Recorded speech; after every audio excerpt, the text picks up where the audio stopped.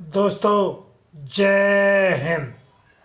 Defence news के इस platform से सूबेदार क्लर्क आर.एस. तोमर रिटायर्ड आपका स्वागत करता है।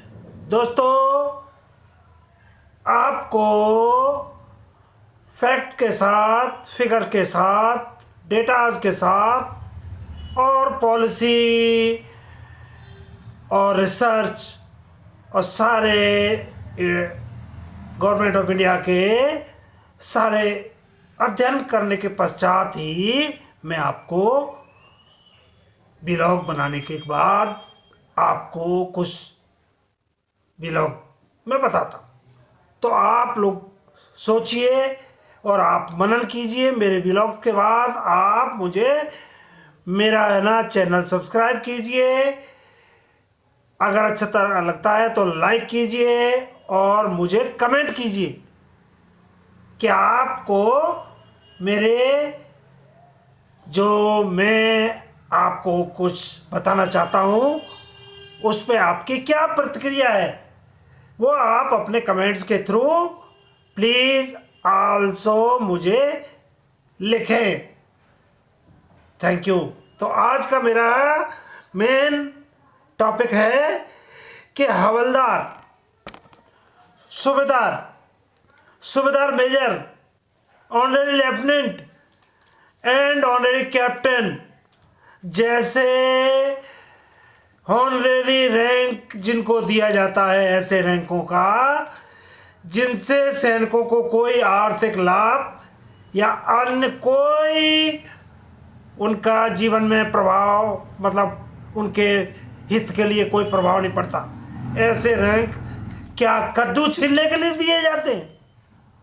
अगर उनसे उनको कुछ लाभ नहीं मिलेगा तो क्या मतलब है? What they will do by these ranks? क्या मैं दोबारा बोलता हूं कि क्या कद्दू छीलने के लिए ऐसे रैंक दिए जाते हैं? भारत सरकार के करदानों से मैं पूछना चाहता हूं। तो दोस्तों, नेक्स्ट थिंग कि कभी कभी मुझे सेना के उन पॉलिसी मेकर्स, हायर लीडरशिप, उच्च सेना की जो पॉलिसी मेकर्स कि उनकी बुद्धि पर तरस आता है, जो इस तरह के हास्यास्पद, टोटली बिना किसी रिसर्च के, बिना किसी उसका रिपरकशंस के कि उसका हमारे सोल्जर्स के मॉरल पे इसका क्या प्रभाव पड़ेगा, इसका ध्यान रखे हुए एकदम लाफेबल पॉलिसी बना देते हैं। मैं मिलिट्री लीडर्स से यह भी पूछना चाहता हूं कि निचले रैंक के सोल्जर जो रिटायर होने के बाद ज़्यादातर अपने रहमो करम पर, जिनको अपने रहमो करम पर छोड़ दिया जाता है, उनका कोई रिसेटलमेंट नहीं है, उनका कोई प्रॉपर रिटायर्ड होने के बाद उनका कोई कैरियर नहीं है।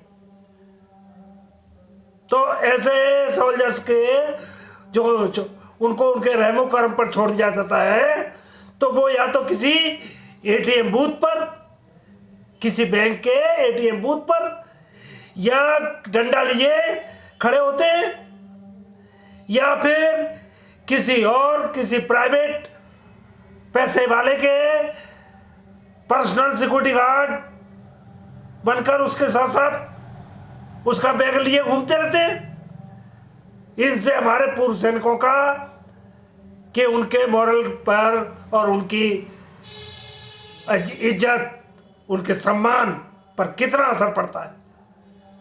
तो ये हमारे पॉलिसी मेकर्स को ध्यान देना पड़ेगा। हालत तो यह है कि हमारे पूर्व सैनिकों की कि वो जब ऐसे या फिर किसी प्राइवेट सिक्योरिटी एजेंसी के यहाँ नौकरी करने में मजबूर होते हैं, जहाँ उनको मनरेगा में जो मजदूर नौकरी दिहाड़ी करता है, दिहाड़ी मजदूरी करता है, उसको जो पर डे मजदूरी मिलती है, हमारे सैनिकों को वो भी उतना पेमेंट भी ये प्राइवेट सिक्योरिटी एजेंट नहीं देते हैं। कितना बड़ा हमारे साथ उन पूर्व सैनिकों के साथ ये अन्याय हो रहा है कि हमारे वो मनरेगा के मजदूर से भी नीचे की श्रेणी में आ गए। और हमारे है ना हास्यास्पद तरीके से हमारे सैनिक हायर लीडरशिप या सेना के अधिकारी इसके ऊपर कोई ध्यान नहीं, क्योंकि उनको अपने करियर के अलावा और किसी चीज की चिंता ही नहीं है। पर्सनल बिलो ऑफिसर रैंक जो जेसीओस ओआर होते हैं, उनको तो अपने बारे में कोई भी चीज रिप्रेजेंट करने का अधिकार ही नहीं है। वो तो सारा हमारे आर्मी अफसर्स के थ्रू होता है। तो इसके लिए कौन जिम्मेदार है? दोस्तों, नेक्स्ट थिंग, मैं ताज्जुब होता है कि ऐसी स्कीम बनाकर जो भेजते हैं भारत सरकार के पास, और भारत सरकार तो उनको तुरंत मंजूर कर लेती है, क्योंकि उसको वो ये लोग कहते हैं कि इसमें कोई फाइनेंशियल बर्डन है ही नहीं। भारत सरकार को अगर फाइनेंशियल बर्डन नहीं होगा तो आप किसी भी सैनिक के है ना 4-4 पंख लगा दो और उसको है ना रिटायर कर दो 4 पंख लगा के, और भारत सरकार उसको मंजूर कर लेती है ऐसी पॉलिसी को।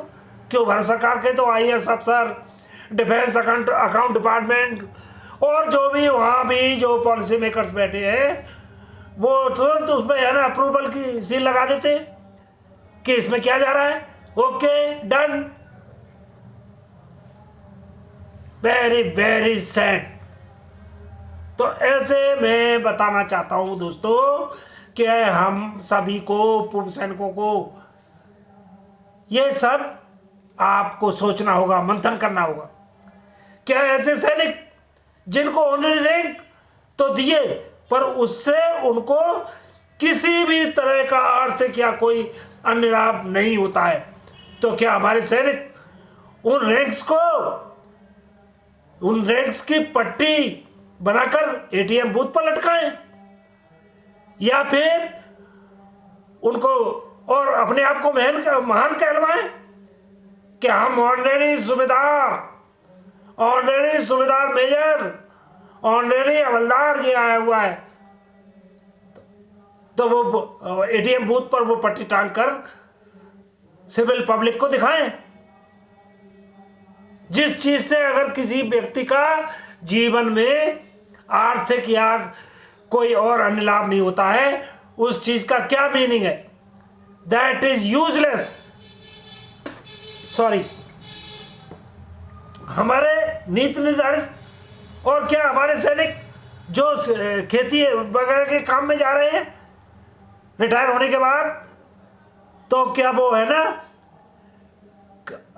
हल चलाते समय है ऐसे रैंक्स को, ऑनरेरी रैंक्स को, जिनके साथ कोई आर्थिक लाभ नहीं है या कोई अन्य और कोई उसका फायदा नहीं है, तो उसको हल की मुठिया पर टांग कर गांव वालों को दिखाएं कि मैं ऑनरेरी रैंक हवलदार से आया हूं और इसलिए मेरा हल ज़्यादा है ना अच्छा चल रहा है।